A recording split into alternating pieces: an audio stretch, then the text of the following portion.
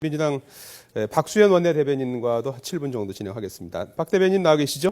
네, 안녕하세요. 예. 박수현입니다. 자, 10시부터 진행된 기자회견 17분 정도 모두 연설이 있었고 이제 일문일답 형식으로 진행이 됐는데 네. 예, 박근혜 대통령 집권 2년 차 국정 운영을 이제 엿볼 수 있는 그런 기자회견이었는데 전체적인 총평을 좀 먼저 부탁드리겠습니다. 예. 먼저 대통령 취임 이후에 오늘 첫 번째 기자회견을 가지셨거든요. 예.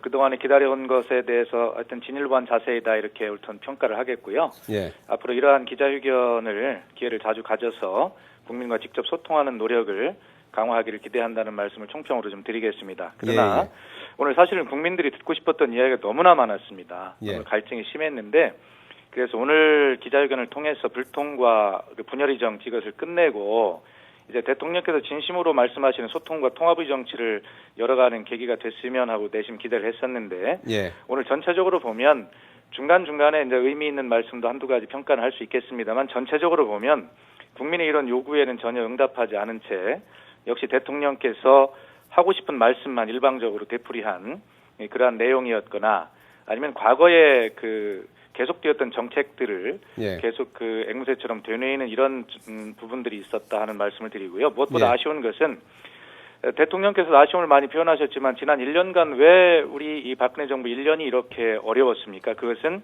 과거의 굴레를 벗어나기 위한 국가기관의 대선 개입에 대한 어떤 진상 규명이나 재발 방지 대책이 잘 안 되었기 때문에 갈등의 1년을 보냈거든요. 그런 원인 진단을 정확히 하고 그것에 대한 처방을 정확히 내려야 대통령의 소망대로 앞으로 나아갈 수 있는데 거기에 대한 의지 표명이나 이런 것들을 전혀 보여주지 못한 것은 굉장히 좀 아쉽다는 말씀을 드리고요. 그다음에 정당 공천제 폐지 같은 것들은 정치개혁에 대한 입장을 정확히 말씀하지 않으신 점, 또 경제 민주화를 통한 국민 생활의 균등한 향상 방안 같은 것들을 좀 구체적으로 보여주기를 원했었는데 역시 이 문제도 활성화에 초점만 맞추고 일방적으로 국정을 홍보하는 그런 말씀만 하신 것 같아서 좀 아쉬운 부분들이 있다 이렇게 총평을 하겠습니다.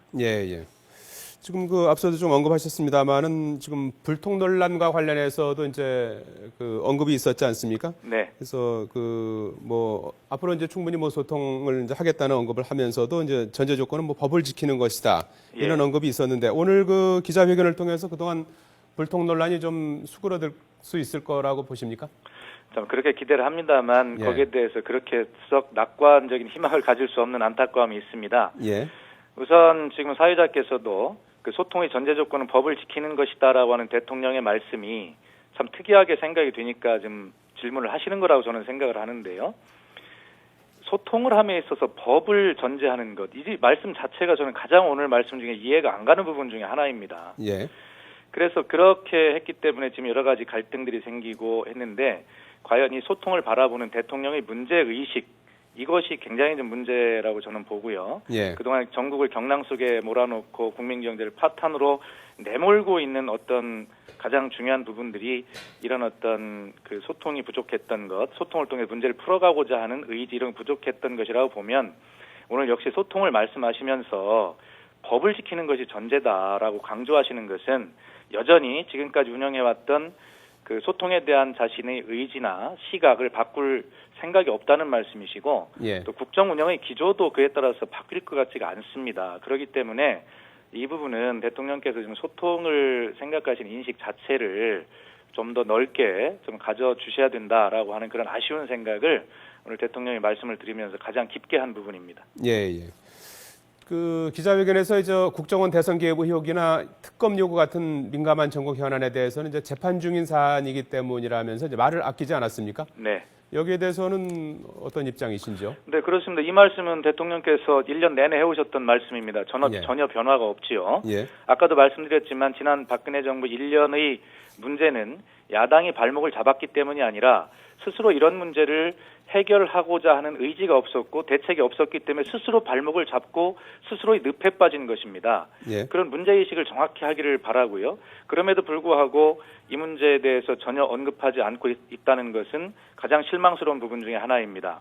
그래서 분명하게 대통령 말씀대로 본인은 몰랐다거나 본인은 이거에 대해 혜택을 받지 않아도 좋습니다. 그렇다면 적극적으로 어떤 특검 도입을 통한 그 진상 규명을 통해서 본인이 개입되지 않았다는 것을 국민 앞에 당당하게 밝혀야 될 이유가 있는 것이고요. 예. 또 그럼에도 불구하고 일부 기관들이 그렇게 못된 짓을 했다면 대통령으로서 응당 전 정부에서 있었던 일이지만 이 문제를 반드시 재발 방지를 위한 제도적 개혁, 법적 조치를 통해서 바로 잡음으로써 최고 통수권자로서의 의무를 정확히 하는 일이다 이렇게 생각을 하고요.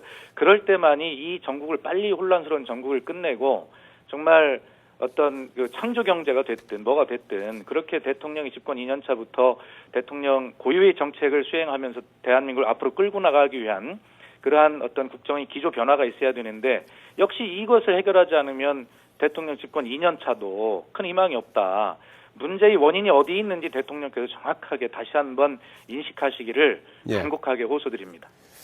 예, 오늘 그 기자회견에서 그 박 대통령이 대북 정책과 관련해서도 이제 그 언급이 있었지 않습니까? 설맞이 이산가족 상봉도 이제 선제적으로 제안을 했고요. 네. 여기에 대해서는 어떻게 보셨습니까? 당연히 저희 민주당도 저희는 그 평화가 가장 중요한 문제라고 늘 강조하는 입장에서 예. 이렇게 이산 가족 상봉이나 이런 제안 정말 의미 있다고 생각합니다. 예. 또 오늘 대통령께서 좀 우스운 표현입니다만은 통일은 대박이다라고 하는 생각을 가지고 계신 것 보고 깜짝 놀랐습니다.